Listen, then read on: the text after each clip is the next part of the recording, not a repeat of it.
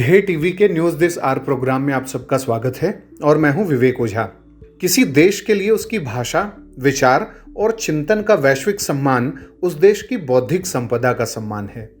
ऐसे सम्मान से भारतीय रचनात्मकता को एक वैश्विक पहचान मिलती है और विचारों के साम्राज्य में कोई भाषा आत्मविश्वास से लबरेज दिखाई देती है। ऐसा ही सम्मान दिलाया है भारतीयों और उनकी भाषा हिंदी को गीतांजलि श्री ने। भारत की लेखिका गीतांजलि श्री हिंदी उपन्यास के लिए अंतर्राष्ट्रीय मान बुकर पुरस्कार जीतने वाली पहली इंडियन राइटर बन गई हैं। हिंदी में लिखी पहली बार किसी कृति को इंटरनेशनल बुकर प्राइज मिला है। हिंदी की महिला लेखिका गीतांजलि श्री के मूल रूप में हिंदी भाषा में लिखे उपन्यास रेत समाधि ने हिंदी को यह सम्मान दिलाया है।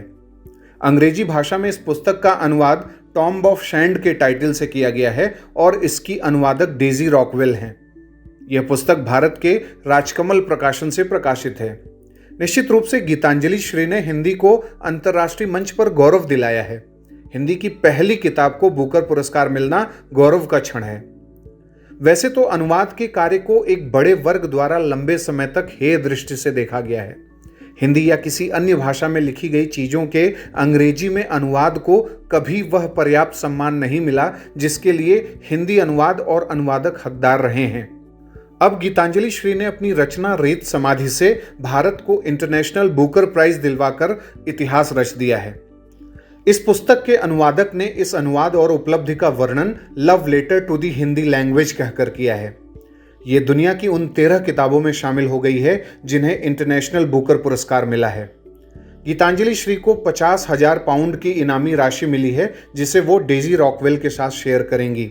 इस साल जजेस ने पहली बार 135 किताबों को कंसीडर किया और सभी शॉर्ट लिस्टेड लेखकों और अनुवादकों में से प्रत्येक को 2500 पाउंड देने का निर्णय किया। पिछले साल यह 1000 पाउंड ही था।